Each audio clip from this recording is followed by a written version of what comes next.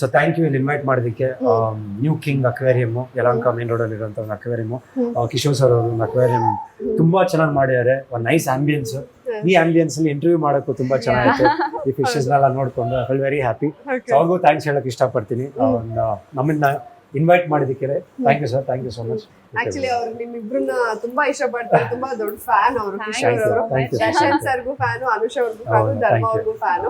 ಹೀಗೆ ನಿಮ್ಮಿಬ್ರನ್ನ ಇಂಟರ್ವ್ಯೂ ಮಾಡ್ತೀನಿ ಅಂತ ಅಂದಾಗ ಇಲ್ಲ ಅದ ನ್ಯೂ ಕಿಂಗ್ ಅಕ್ವೇರಿಯಂನೇ ಇಬ್ರು ಕರೆಸ್ಬೇಕು ಇಲ್ಲಿಗೆನೆ ಅಂತ ಹೇಳಿ ಅವ್ರು ತುಂಬಾ ರಿಕ್ವೆಸ್ಟ್ ಮಾಡ್ಕೊಂಡ್ರು. ಆಕ್ಚುಲಿ ಕಿಂಗ್ ಅಕ್ವೇರಿಯಂ ಕಿಂಗ್ ತರಾನೇ ಇದೆ ಅನ್ಸುತ್ತೆ.